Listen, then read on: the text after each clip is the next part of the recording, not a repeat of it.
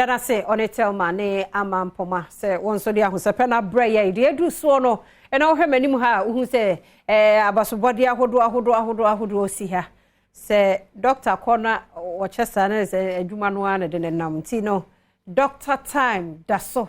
e de ne yenya no ha abasobode bebre ene gu ye nimi dog ya ma otiri nkwa amen ya mo achen so mejo so hey we wongo awo de Menkuwa media. Wow. Ya denya na miase. Na watwe miensa. Pepe. Nti ya unya we na ya na ye osai. Oh, sai nyankopɔ adom me ye adwuma pa. Sa obi ye adwuma papa. Na me ka se enye yizempo se wo Ghana. Kumasi mpo ni efro se brakra beje award no enya asam ketewa. Uwa Ghana na yafrasa bra Togo a enya asam ketewa we nye Togo disi wanim kese far away Dubai. Wow. Hey. Tuntumi so Mauritius. Wow. Na obi ye adwuma wo man Ghana mu na yafro bra Dubai. Enipa e present sa award we ma men no anadwonumpo na medal na tears of joy because we Dubai, not Dubai. Educational and Health Minister. Okay. Na Owasiebi. West African Chamber of Commerce, CEO. Na Owasiebi. One man from Spain, friend Luis Padron Lopez. Or a Chamber of Commerce, what I know was Spain. Or a advisor to World Bank, or a delegate of United Nations.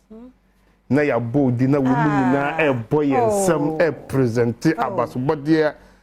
kire se dwuma Dr. Tam da so di no wo my Ghana mu no atra oman mu ha akonanim pa one of Lowell University College omo president na ono so wase bi ka hono present sa award ntusha award no wo mu logo da so bi Alab seed esansa na omuso hobinzo omuso logo da so ansa na West African Chamber of Commerce ti sa award ye si manim hayi yes strategic leadership in herbal medicine strategic leadership in herbal medicine wow yeah the herbal na aba your modern system enye asam ketwa na minim se na omune Mauritius for no so dwunu hu omoso ma so say public health research in alternative medicine. Wow. Usha bas be ma asa na omumi no dwene hu. Na we nso ye de so mi ye Ghana HESS Health Environment Security awards omoso say best herbal facility. Sa award we omo disi homa heba nyina ana omo ayi omo hwehwemu a de bre Medimafo Herbal na heba nyina ekwakwaje award ba akopɛ nti omo call runs nyina no na ese ekoma Medimafo Herbal Clinic na Adom TV fo wa asie bi nti omo bobo ba bi a omo call ye nyina ehun se eba bibidura adwuma mudi a Medimafo Herbal Clinic eye number 1 we nso free business executive excellence award so say Medimafo Herbal Clinic best herbal clinic of the year we nso ye JMA Jupiter Media Award say Medimafo Herbal Clinic no best herbal clinic of the year it is afo we nyina omo hunu ne pa Medimafo eyema oman Ghana na watwe miensa penie na abaso podi we nyina aba Dr. Akwemu na enyanwa wa say enti do facha me we ne ye hede no ebi we no ebi ya Dubai de anu wom Mauritius de anu wom we wuni wo ma na ho ni ekọ wo na what does he say yes Dubai de no I know you're Mauritius. Oh. Yeah, I know you're Mauritius. Me do Mauritius no. Omo say omo India for the better chile wo man no. enti baby me ko bia ya na me pese me yet say o mo so pepepe yes aha e dey say wo che no kura adane bi so otu oh wow e dey nyame ase wow yes enti we nyina edi adanse na etoda na me wira ho de ma me wira ho no say yen abibifo onyankopon boye sononko e kire ye kwan a yen fa so a ye besa ye ho yade ba ye hia de amade ye nim no ye wira fi on say bible mo say the man talent na wan hwe so yi no wo say munyim firi nsam na momfa nkomade owo nnum no a wo de ye adwuma de foforo ye de eka ho no de woni bi empo de no obagye nyankopon boy say yemfa nnua enro na me ye research bi from 1970 to 80 1970 to 80 sabra kwa heba na ho ne from adunsifo omo sne ennua ene ne de sayade ba na ye wo omayi munipa 85 to 90% na omo dia bibiduro ne sa omo ho yade sabra no na yale huhu ayi bodin kidney liver ne ho nyina na ebi ni ho ye ba 1980 to 1990 no ni wo nipa 65% ya use herbal satam no na diabetes ma ye ntwa wo bi nan na almost say ye wo nipa de ma diabetes for opa kokolebu ana kokofu na ko head diabetes for enipa ye twa wo nan enne yes every 5 seconds bia ye nya new diabetes case eba na say na sanema wo nyina ACCA ba eneme no mie no gan ha ye we aye bre nyina nipa 20% per na eko herbal hospitals senka omeyi giatum na ya san koyechi to say 1980 ne 70s na nye wo be 80% ya ye de biduro saye ho yale ya ka Dr. Tam da so shegana fo bose enkasa yale huhuhu liver kidney ni every meat num simakeke num bi ye new diabetes case and I no get young girl 22 years ye kana 9 so called diabetes ne ye tana obi aka say diabetes no ye ntruti na ye manage eya na eye awere hosem meda mentumi na efri say onyankopon maye enua hahama ye betumi adie ye nananom ye nananom na omo anko school ba omo hu say obenya diabetes yale ya odwo so ntentem dwunso no ba na okan bi hwa eye fimfim ko mo tundin say esikyire yale oti ase esikyire yale enti omo estadi yale ni hu enuane enuaba ana yesi nimdie ntitete ubeduru kumase sokodua na yewe ene wukoto bi kraka se wuye kurase ni ko na ko he India se omo guso de ene omo di edua ena se ukọ India na ye ma otin na bia se numa edua ena ye di numu ba ye no a enye ye tradition no enye ene no sa nyimo nyina ya po ye di atre wo server na ya wo no uto ye na server no to no emu server no to no mu edu and they say ehia buza say ehi ko hin baby ko hospital yes metals wo mo widie mebo a yes metals no efa hinfa atrena ye di nu tin mu ye di yes kurenkure ye nanka ye di yensa di obi di fufu a fa wonsa di emumpo ye di yensa di sa wo do wonsa di na wonya malaria obi nkan jiro say manya malaria o nko hospital ko check up bia Nyankopon bono natural what wanum say ena medidi manum nyamede enti yale bi de aba mani padiem onu akwa no na duro titimpo no na yemfa measurement ho misa no ye sadudo kura mama na wanom diabetes wo hen wona na anya sekan ko wura makwa akwa twa wanya sekan adua bode wanya sekan adua menkan enyi se wakwa ko tuwe furu wura maba ena wanya sekan emfanya nanse onfansensen ho ba na wo twet body twetwetire no de asiso wo hu sa body hu sa diabetes yale enti ono body ni hunu na wo dipa onya diabetes tete ye beti emo agudie be mu anwono emu na haba no dwuma edie enya asam ketewa ene yese rubber sani mani nyina ye gye agu ho na ama yale ene ye edi esie bebre na meka kire se mama yensan koyechi we ye handbook by Dr. Tam Daso Dr. Etua Neboatem diabetes me try for diabetes any me try my diabetes for diabetes prevention and management me say big no to diabetes book way if you be wuram na wo hwe enema ewom matena se asua ho ade atwere enema yede sa yale diabetes ene ko ye be fa so wa yenya bi enti obi ya wo biye no obetimi de book way a prevent asawo ahwemu asua ehudie wo be ya yale ne be ko wo a woni biye nso watumi ahwe se ube manage diabetes na every wo fie ene wo system sana etie way e book a doctor ya twera ye gusu se kura menye kura na me gusu predi be 50,000 copies yeah beba ye be che ama obi ansa akede akan bi we twera adwuma pa Dr. Tam da so eye any anamon a me tu a me disi fam say yale diabetes die sisi de AC kum enkwada empanyimfo ye ne ye di ya san to ye ne obo ade de ma ye nyina to agwata akofo abrofo dia enka ye ho na yale ene ye die sie ba ene doctors say big no to diabetes na me ka kire oyalefo bia say eni da so aba Ghana fo mo ye nko bad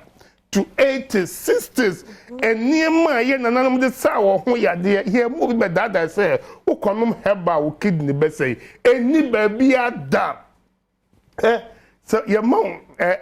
be duro bottle ba ko na wo wire fi hu na wo fa ni nyina num gu ye mo a be bia enyew by medical eye abrofu duro no orthodox no si ye ka say yi numpo na ko yi enan a asam ato ni nyina ekire enada omode edada yem onyankopon se ye ni dua na ba emfuna haban ensa yade enti wo a wo heme ema ade na wasua no emfa wo nko wie se heba mo bi kidney sei mo bi liver sei enkaye na nanom nyina kidney sei tete wo na wonyini bema owo mfinhia wa ha adio no na owale na yira otoso 9 enne mufo betem se obi wo ha eburu 100 years ya ne bema da so ye djuma ye wobi 30 years mpo wa ankwanko twetwa bi ama nani anye kwa ontimi no banhia oti asiye ni nyina kire eniema ye di wiki ye system no ye go back to your natural way of treatment na ye di dua na ba na haban ye nuwa dudo tetina malaria ye yale be u fan fikire baabi na ye mame kan kom okura ye wa ayibi esre u twitwa u de bofra haban u de ni nyina akabum obi anum bi wi a wonu wi na fifre ye dey etiu ye punu waduro woti ase ye punu waduro na fifre ye dey atiu wunye no wo ye firi ene ese ni nyina ye dey olden days e ye bajemi brem onyankopon fa ye mfom so encheye na omkaka ye won so se ye mpanyfo no da ye ehunu se e ya mpase enu na ye nananom de sa wo ho yade ne ye bekọ bad yen san koje abrofo duro diabetes almost o ma ye nupa nyina afede diabetes ye twa nkrofo nan afede diabetes nkrofo ewu afede sima enum bia no seconds you enum bia no ye nya new diabetes case ayure ho Medimafo Herbal ma o my Ghana nyina se obi bia la obetua na ma be piem e wo Kumasi ebu akwa agogo no enura Monday metrase no metrase uba hard me say energy enko a obi ho be di dance doctor me ba na mentumi nante doctor me ba na mentumi nkasa me say obi si na no achia wo dia opa ene ye wo Adom TV obi si wanya stroke na no achia omra Medimafo Herbal clinic me ma na duro wo ho ediburu simedu na no entene ya na wa ama Medimafo we nyina ye tumi a obo ade ne de ahye enua enhahamamu ya eye adwuma eya mekaka politician for no bi ho akoye policy a no wakote tamiewu eya de ben ade na ho no wonkofa orthodox no fa nko wonim se tamiewu na ye nyankopon agbo no ekura no tumi ye dai ewom tu obi ne bibia ye dai enka no onyankopon fa ye fom so wokyere efise we ni de nyankopon de ma ye si ye nya nipa 60% o mai say yes go back to herbal natural way of treatment now enka owu bebrebe kidney bebrebe essay enipa yesie won bebrebe ni nyina no enya de senka ebekoso da efrise eno na onyankopon no ede amaye say yenie titinia ne ye de yensan konkofa body ani meko no yenkonkofa bayire no wonu a mensensen ho twitwa sa na fasisu menken no ye ne sa na wanu awie no koko ahaban esa yale mako 77 wow obi yale bia hana onhu ne ho anopa ofa emmo onfa de awo na onnoa ono be hu be kwotete no wona na be kwa ni koko ase no na ensu ato na aide atata mu wo sabi na wonom a wasane ho yale nyina enya ka se enye hygienic ewura di nyankopon onyankopon fa yemfum so encheye ye wo nipa wo Ghana ho ye wo nipa nka ye moka enko fa sika doso puo nko kra diabetes eduro ensan fa mre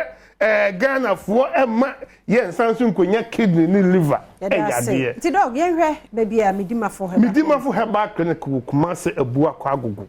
oyalefo bia wo he bia no editu na momla ho anopa ya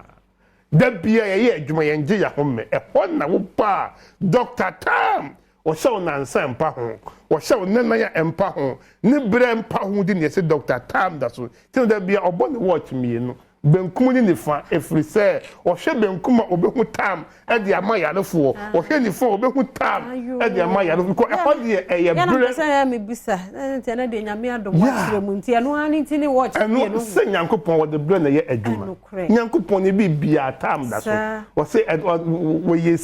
wo yese ebia wo ne bre na ade san ade chen da ba kono no eti nyankopon de bre na ye adwuma nti wu ni bi no no sa bonkum a obehu bre ni fa yes who na so the bre ye adwuma we say o ye nyankopon ensia na mu ewo asase do ye nya numbers no so numbers ni 0244 774282 0244 774282 0500 727215 0500 727215 0245 449592 0245 449592 we nyina ye numbers awufura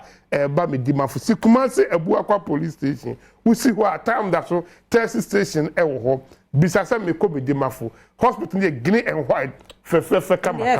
enye asam ketwa brao na ayaresa efri onyankopon na onam Dr. Tam da so obesaw yale nesa kasi so se branch na e ba akopɛ branch ne ye ba akopɛ me patcho mo nam asankre guane emem sankol the time that so ton mo nyuro no mesra mo munjai mo maye fa no kuredie enye adwuma ewo omam na nyankopon enhyira ye na yale ya ekunkum ye no eyade ha adwene mesra mo branch ne ye ba akopɛ Ghana nyina September ene ye bebie enknade kama pese die TV what to go enye so ba yi media brand na me say anan me call me burofuo no mu on say Ghana ha eye yenkase adwuma ni ha na buro bag baako eko 10 million ya me sure what do anan the first one kwetwa ye twabo be 50 bags we mu nyina ho yenko ye bi ni yenye scam enfa mo oman no adwuma bebre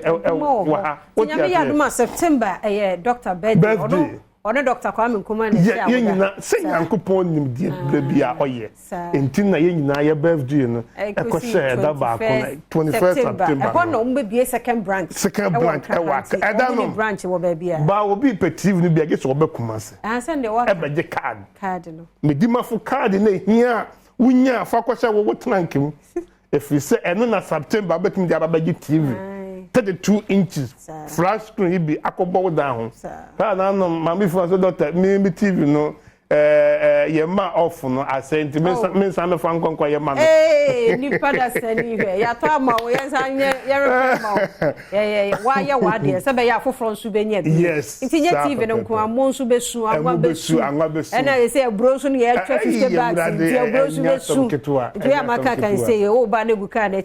TV ni emu ni anwa ni bro ni binsi ni bibia Doctor time that's so I mean cause one shroud no adwuma no emuntre na yenya pomode pafiro yada se enti doctor etu ahene boaten ni e de say and Doctor time that's so enti so who watch me enu na wa kire mu e de a kire ye professor